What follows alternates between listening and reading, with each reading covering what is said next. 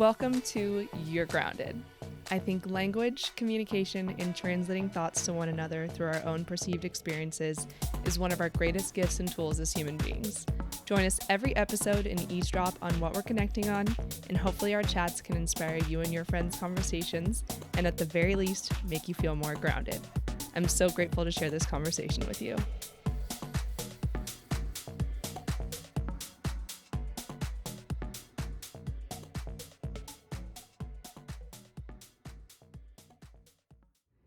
All right, so today we have someone that I have been salivating at the mouth to be able to have on the podcast. And just because he is so intelligent, so inspiring, has one of the most creative brains of anyone I've ever met in my life. I appreciate you. Also one of the kindest souls I've ever met in my life. And someone who, the way that I can best explain that is, a year ago we met for the first time. Yep. I put that in air quotes. But in reality, we literally met, probably like less than just over 72 hours ago? 72 hours ago on Saturday. Yes. Today is Wednesday, so that's probably a little bit more than 72 hours. Yes. But let's call it 72 hours. Yeah. Less than a week ago.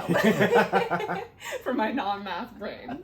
Same. But Two of us. We literally met just the other day, but I already knew even before we met I was going to have you on the podcast. Like, that's how innate our magnetism towards one another was. And you are that way. Your fiance is that way. Like, you two as a group are people that, obviously the reason I met you is through my best friend Sam, but was innately just like drawn to you both. Your souls are so wise. You both are incredible people, and I was so excited to spend time with you guys and finally be here on the East Coast in New York, so we can do this. Welcome to the best city in the entire world. Yes, your love.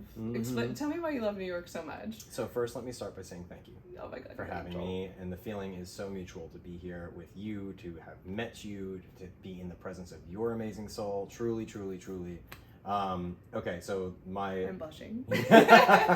So like, I think when it comes to New York, for me, I was born here. Yeah. But it's not always a common story where people are born loving where they were born and raised. Yeah, right? And I think I was very grateful to be exposed to so much of the wonderful cultural diversity that is New York, but also with that is just the richness of that diversity in terms of, I'm a foodie first. Same. So that, for anyone who knows New York and understands, it's an obvious the food correlation. Scene here, that is one. And I think beyond that, New York is definitely a place that challenges you in so many ways. It overwhelms you in so many ways. And for those of you that are watching the video version of this podcast, you can see that we are in a cluttered, studio bedroom apartment. Wouldn't have it any other way. Quintessential New York. But I think especially for somebody who is so deep in the grind on a daily basis as an entrepreneur, it is empowering and equally stressful at times to have to fight so hard to provide for ourselves. Yes. And I think that same fight really manifests itself in my daily push on a working front. And I wouldn't have it any other way. I think that this is all just part of the build. Yeah. But yeah, New York my soul is here. It challenges me to be my best person. And everybody that I meet here is just so wonderful. And, we're lucky to travel. So if I could pick my city, I pick New York, and I won't change for that. I love it. And that's, I feel like, such a common thread through New Yorkers is it's such a challenging city, but they wouldn't have it any other way because it is one of a kind. So I love that about you. A little born and bred and native. We love that energy. Yeah. And then something really cool and unique about you is, we could have a whole podcast episode just about like your career. And I, if anyone knows me, that's not my favorite thing about people. Sure. I just love to know them innately. But totally. I think it's really cool for people to know not only are we new friends in my lifetime and someone who I met through the incredible network in traveling with my best friend Sam that I love to do so much, but she brings so many special people in my life. So many of them have been and will be guests on my podcast. Yeah. But what you do for work is so fascinating too, and I think it's a really cool part of like your perspective because you are such an organized leader and have so many, connections as far as what it means to be dialed in with connecting with so many different types of people and helping people be successful. That is truly what you desire, and I feel like at the core of your drive that you have is innately just to want to help and desire help others. Totally. And I love that about you. So I briefly tried to hit on all what that means. Yeah, and I guess to give any kind of a basic overview, and probably the most Beck's appropriate sentiment, just given kind of the direction that you're kind of pointing this is like, my job is chasing passion. And that manifests itself in the world of music, that manifests itself in the world of business, that manifests itself in the world of investment. When I am passionate about something, I want to find ways to help. I want to find ways to support. I want to find ways to grow it. And that just has been something that's been deeply rooted in my brain ever since I was little. And I'm really lucky that that endeavor, which is a very broad kind of explanation, has allowed me to provide a life for myself, to help others be able to build lives for themselves. And I'm still very early on with all of it, but I'm so grateful to get to do this every day, and I wouldn't trade it for anything. And me trying to explain you at the beginning of the episode is literally so much better said by yourself, because that's literally who you are. Yeah. You're so passionate about just wanting to help people in any possible way that you can, and I relate to that too. And if anyone's listening who knows about Enneagrams, I'm a 2, and I'm begging Jake to take his test because I think he's a 2 as well. Can you tell me really quickly about Enneagrams? Yeah, so it's all different kinds of personality tests. I should do an episode just on this. Yeah. But it's just another form of self-discovery, like, your horoscope, anything with those natures.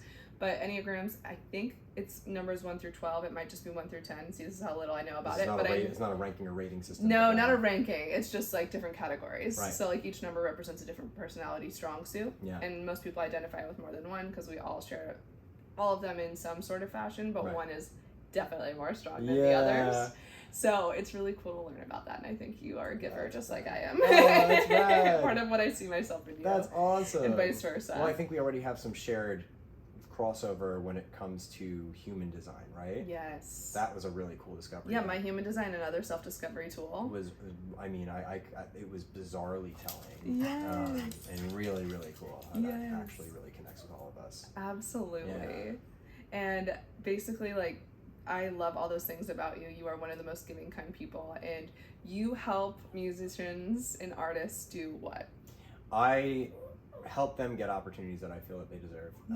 Is kind of the brass tacks of it. But for me, so I guess from a passion standpoint, to give that kind of background and that lens into my life. If you hear little doggy paws, that might be the cutest background noise of all time. That's little Ben. It's my little 3-year-old Maltese Ben, who is just happy to be here and happy to meet Auntie Bex in person. Never been happier to have little dog paws in the background, so I hope that those get picked up on the mic. So I guess to give some background on me in that capacity. So I started in music. Really, my real journey in music started outside of having a background of just passion and writing for blogs and stuff like that. Yeah. I was at the end of a 3-year road working in the world of advertising. That, I come from marketing. Brands is my background. I have a business foundation, and I guess I'll rewind even more just to give this important insight into my life. Of when I was 16, my dad sat me down. I'm the oldest of 3 brothers, and he asked me if I thought about what I want to do for a career. Right. This is kind of my foundation of everything. He asked me what I wanted to do with my career, and I was like, Dad, I'm 16, I love music, I love video games, what the fuck do you want from me? And he was like, well, the reason I'm asking you is because when I graduated college a few years down the line from where you are now, I didn't know what I wanted to do, so I joined my dad's family business, and I blinked. 30 years went by, and we were very comfortable and fortunate growing up, but I hate what I do. I'm stressed out all the time. My career brings me no joy. I get my joy fortunately from family and from other things, but this is not a world that you're going to ever want to be a part of, and for that reason, I'm just telling you now that when you graduate school, the doors to the family business are closed to you. It's not an option. It's not something for you to think about. Your brothers will hear the same thing when their time comes, because what I want you to think about is what you love. If you love something, you'll get good at it. You get good at it, money will come. And that was the passion push for me of saying, okay, and I was very, very, very grateful to have that. Yeah, and so supported foundationally in that endeavor from the get-go, and not being rebellious on your end, but being supported, and because of your dad's experience, him being so passionate about you not wanting to step in the same footsteps. 100%. And my mom was equally supportive, and I think I wouldn't have been able to do it if it wasn't for both my mom and my dad to support that chase. Totally. And, I think as a result of that, after I graduated college, I hoped to get a job in music, but the reality that many of us face in today's day and age in music is, in New York City, there's 40,000 kids that are competing for 12 jobs. Right. Unless you have the in, which most of us do not have. Right. It's a shot in the dark. And for me, it was a shot in the dark that missed. And I went into advertising, and I spent about 3 years there. And I worked on some really cool brands, did some work that I was definitely proud of. But at the end of it, I wasn't passionate about waking up every day and going to work. Right. And relatable content. Yeah, I mean, truly though. And so I think it got me to a point where I had just hit a wall of saying, I need to find what my thing is going to be. I have to just reevaluate. I also have to decompress. And one thing led me to another, to where I had discovered, I'd stumbled upon on Reddit just this band that, had never put any music out on the internet, and they just put up their first cover video, and I was just blown away. And I'd never ever thought about a career in artist management ever in my entire life, but I was so blown away by the talent that these boys have. They go by the name of Arizona, that I just knew I needed to help. It sparked that in your brain. You never thought about it before, and all of a sudden, whatever coordinates crossing in the universe helped you think, well, that could be something I could do. And how cool is that we can have one transient experience that can spark that.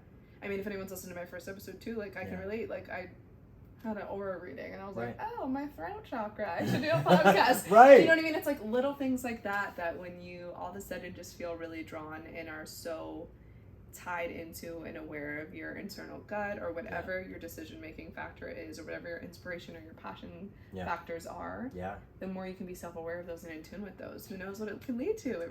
You never know. I think it goes with the saying of everything happens for a reason, which has also been a huge guiding light for me, because I, as much as I questioned the idea of my ability to be able to manage a band, I just knew how passionate I was about these guys, and all I wanted to do was help. Figure out how to take them from, 70 followers on SoundCloud and no social media to, just to an existence in the real world where there's so many people that I knew would appreciate their music. And, fortunately the world has started to tell that story through them and their music. And, that led me into a world where I eventually had been able to build out my own artist management company, or my music management company now, where I have the band, I have a bunch of different songwriters and producers that play roles in various artist careers, and I'm so grateful for all of that. And I guess what it's fundamentally based in is I am so deeply passionate about the music of the people that I represent, and all I want to do is give them opportunities to shine. That's my job. Which is so cool. It is the coolest job. I pinch myself every day. I work myself to the bone, not because I feel that I have to, but because I want to. And I think that is the whole driving force behind why, A, I'm such a positive and happy person, because here I am. Oh, gosh. But B, as to like, it kind of goes back to that core philosophy of why I do this, is I want to be doing things that feed my soul, because when I feed my soul, I'm more energized. When I'm energized, and you can be a better you. Yeah, and it helps me to allow that channel. I don't know what chakra that is, Me neither.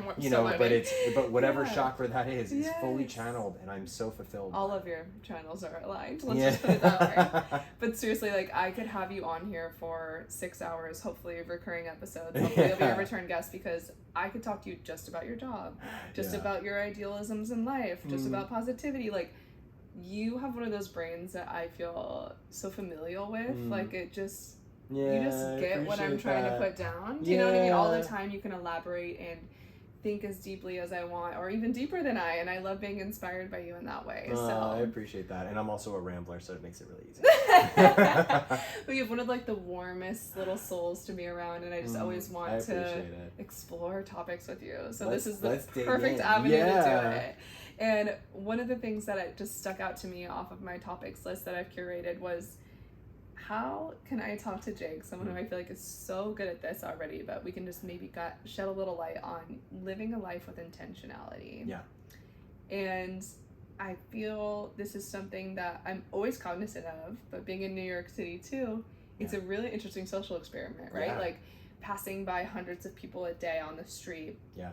Wondering, are they being intentional, or am I observing them as mindless? Right. Or is everybody just zombieing around, or are they all really intentional? Yeah. Someone's body language can make you think that, but I also am so fascinated by the thought of all these people are going all these different places with all these different things and all these agendas and all these emotions, and what are they going through out their day, and are they thinking about what they're going through? Are they having a numb minding day? You know, there's so much that you can just observe here, but internally that we can all reflect on is, what does it mean to, live a life with intentionality? What is the benefit of living an intentional life rather than a mindless life? And that might seem very obvious. Yeah. But it's a really deep question. Isn't it also really obvious that a lot of us are just being mindless and not mindful? Yeah, and I think even the best examples of human beings absolutely go through phases of mindlessness and intentionality, and I feel like no one is innately born intentional, right? In terms of a mindful way of thinking, and I think that for a lot of us, and I credit you and I credit Sam honestly to helping me kind of dig into this world of intentionality. Truly, I mean, I for the longest time got so caught up in the weeds of what I was doing to where every day kind of did feel cyclical. I didn't feel like I was definitely making gains in certain parts of my life, but I think it was realizing that we have to take charge of our own lives and our own beings and our own consciousness to really make sure that we're doing the best for ourselves that we can. And I think it's grounded and rooted in a few different ways of like, I guess, two different sides of that. I think living a life intentionally, I think, is just more of a realization of who is the person that you want to become?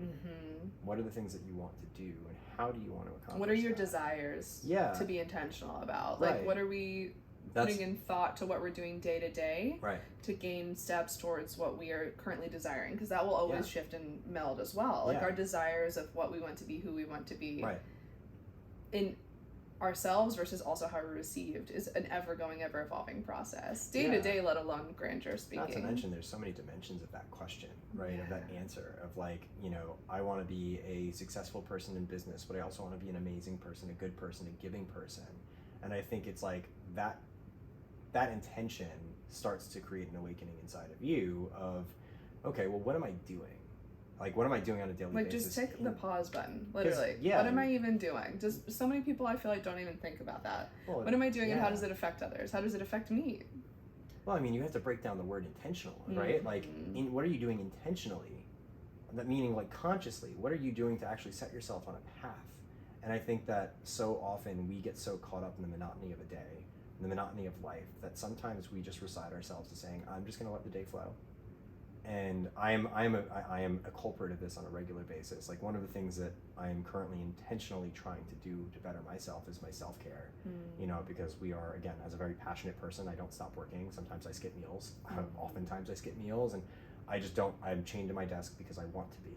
But I realize that I am mindless in regards of self-care because I'm just letting my days pass and realizing that I'm not drinking enough water, I'm not eating enough, I'm not meditating, which is one of, honestly, the most fundamental changes in my life, and I've only just started that journey, but you know, I'm intentionally working my way to be a more mindful and self-caring person.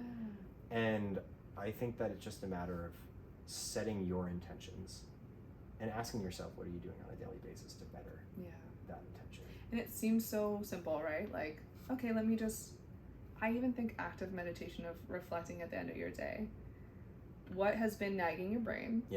What would you like to change? What would you like to do better? And also the part most people forget, what did you do really well?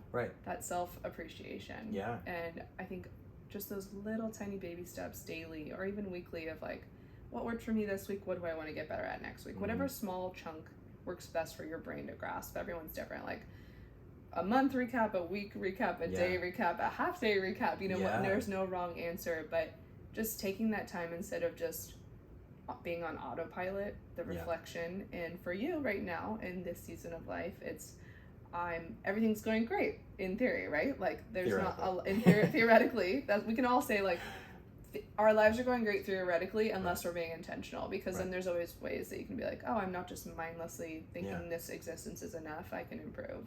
And so it's not the chase to perfection, it's the chase to what can my best self be right now.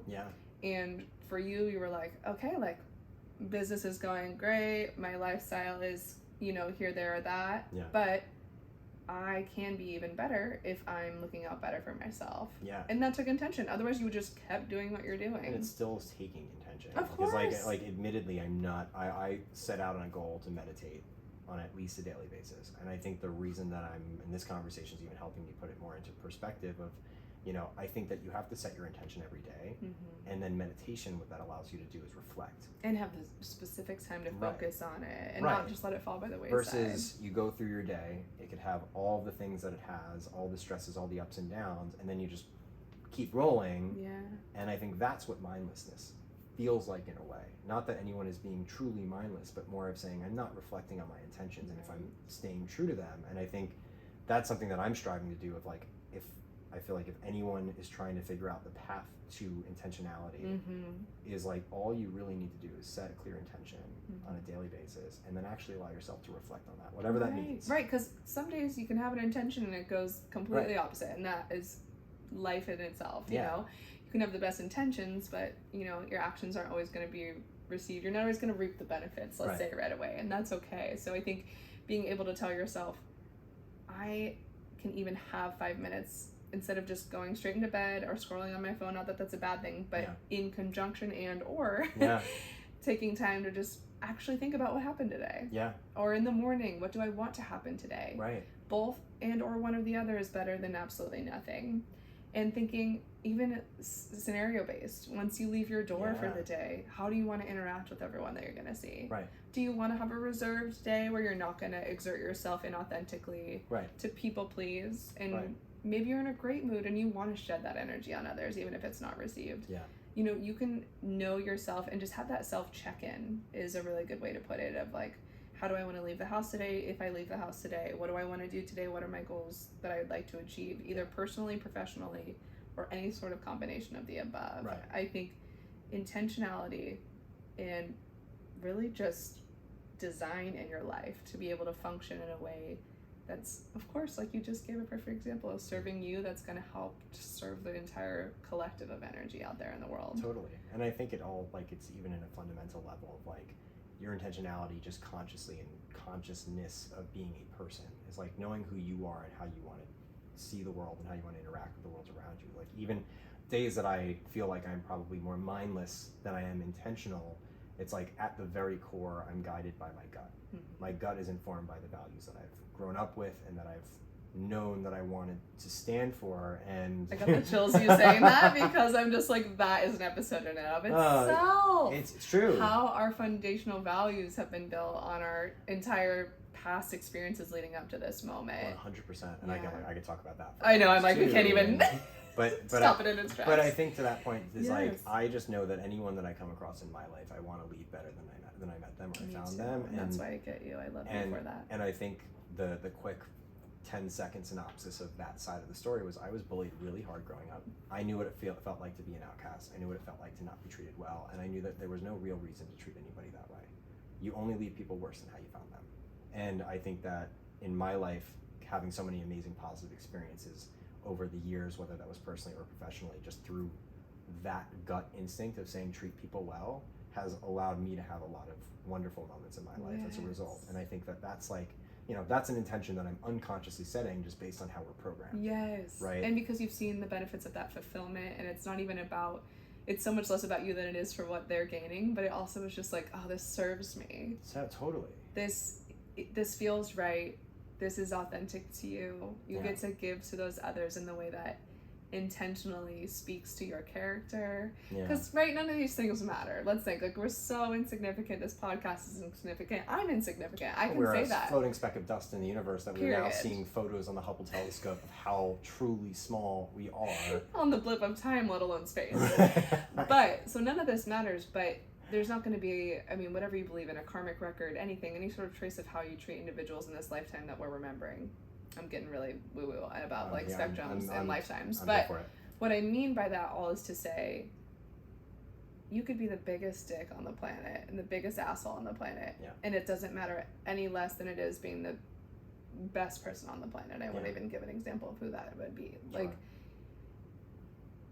it doesn't matter, but what does matter is the feeling, sensation, and drives we have in our body, and just being intentional. And what intentional means is just being overall just a good, wholehearted person, and you being able to fulfill those desires within you that feels right, that is serving. Those are the things that people will forget your name, history will forget us, but people in this lifetime will never forget how we made them feel, right? And that's purposeful. I agree. And I think that, like, you know, forget about anyone's names being written down in history or being known for any of these things. I think that as humans and as spiritual people, I know you and I both are, is we perpetuate energy, right? And I think that the choice to perpetuate positive energy rather than negative energy affects not only you, but those around you every single day. So that's the conscious choice, right? And it's like, it doesn't feel good to perpetuate negative, because you can tell that negative people are unhappy by nature. Yeah. So it's like, if your decision is to be unhappy by nature, then that's the path that you're going down. Yeah. But it's like, if you want positivity in your life, all you have to do is emit that. Because it's not only the law of attraction, regardless of like, oh, I'm doing this so I receive this. Yeah. No. It's the greater collective. Yeah. So I think people get overwhelmed by all the doom and all the like really, horrific news stories that happen, because it's a heavy time, and it always will be a heavy time. Totally. And that is not to designify anything that's going on right now, but what I mean is, I'm not lessening that. What I'm saying is, okay, so there's all this negative thoughts, energy, fear, low vibrational energy out there in the world. Right. Every time you rise above that, and authentically, of course, take your time if that's where you're at, but every time you can authentically rise above that and vibrate at a higher level, a higher frequency, give out that positive energy, be someone that is a light in someone else's world and in your own world, that collectively also counteracts that negative energy. Yeah, so and you feel good. Your little blip, even though it's insignificant, isn't, because collectively it's a domino effect, it's a snowball effect, however you want to describe it. Yeah. Your good energy being exuded is going to collectively add to the human energy that's existing in our world. So even though it's insignificant, it never goes without. But again, it's like, I think you have to also ask yourself who you're doing it for and what you're doing it for, And that's the intentionality. Right, because Full it's like, theme.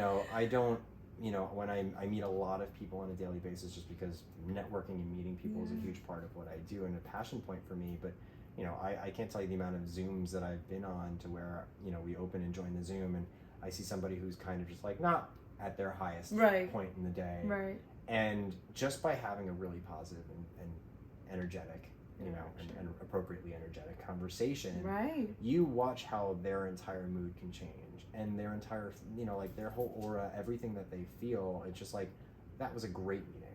And now you're energized. Your day continues to progress in a positive way. And it's like, that to me, I don't do it to get anything out of it on their side. I do it because that's the energy that I want to put out. Exactly. And I also see the effects of what it's doing. So not only does that make me feel good, it makes me feel good knowing that someone else just walked away feeling better. Yes. And that's there's nothing else to do there. That's what life's all about. Yeah. I mean, like, honestly, like, what else matters? You know what I mean? And for you to be able to feel that you have that impact and that purpose and you are intentional about what you're trying to serve to others constantly is something I so resonate with. And I hope people who are listening can resonate with as well. And Ben agrees. Yeah. Little doggy Ben is like, yes, I'm intentionally walking in for my moment. Yeah, we love good you, boy. Ben. So basically, we could talk forever. Yeah. You're gonna come back. I'm here too. But yeah, same, literally my job. But I want to ask you 2 closing questions because I'm sure everyone's dying to know, and obviously we could continue on for another 6 hours. So the 2 questions I want to wrap up with you, because we could talk for 8 million more hours on all theories of life. I look forward to all hours. Me too. Is number 1, what do you think your superpower is? What is Jake's superpower? Can it be a twofold superpower? Absolutely, it can be whatever you want. There's no wrong answer. I think that my superpower is my passion and ADHD combined. Love I think that. Love that. It's, I have a lot of people can relate. And I think that it's all grounded in I'm very grateful that I've learned, and I'm just so OCD also that I love systems, I love productivity, I love organization, I love execution, to where when I am passionate about something, I will do everything in my power to be able to find out how to help it. And a lot of the disposition I now have in life through a lot of the experiences that I've been through have forced me to learn how to. Yeah. And so I think if I had a superpower, it is just being able to, I get a song, I have a song that's sent to me, and I know what to do with it. I know how to service it. I know where I should take it. I know what feedback to give it. I'm very lucky that I've followed passion to the point that I've trained my brain in all these different areas that I could be helpful. Yes. And mind you, it's only certain dimensions of help, but that's been one of the greatest gifts. And I just, again, it all is rooted in trying to leave people better than how I found them. Yeah. And I've made a career out of that, which is awesome. Unreal. Yeah. And you can just hear it in the way you speak, and I think everybody will be able to resonate and hear that with you and feel your passion through the sound. ADHD isn't all that bad, guys. We're functioning. Functional ADHD at its best. And yeah, you can't be good at everything. You know, I think you give yourself that grace too. You know, you say it's in certain ways that you're able to be helpful, but no one's helpful in every single way. But I think you're really good at the ways you are able to be helpful. I appreciate it. So that's stunning. And then, I love that you used the word grounded in your explanation. So what do you do to stay grounded? What do I do to stay grounded? I think that I lean on my support system. For sure, and that support system is Stephanie, my incredible fiance, and our puppy Ben, and my mom, and my dad, and my brothers. You know, I think that has been through all of the ups and downs of the last, especially almost 10 years in music, has been something that's helped me stay grounded in a world that feels like it's flying by, you know, on a daily basis. And the other things, and again, these are more aspirational in terms of being able to do it on a regular basis, meditation has been huge for me. Routine is super important for me, and I'm trying my best to kind of solidify that. Like, you know, we go to the gym every morning 5 times a week. Wow, really crushing it. Yeah, that's absurd. That's a professional athlete level, not there. You know, but I think that I stay grounded by having some semblance of a real routine that allows me to kind of know when my day starts. Yeah, so fair. And know when the time that I'm allocating to myself personally begins.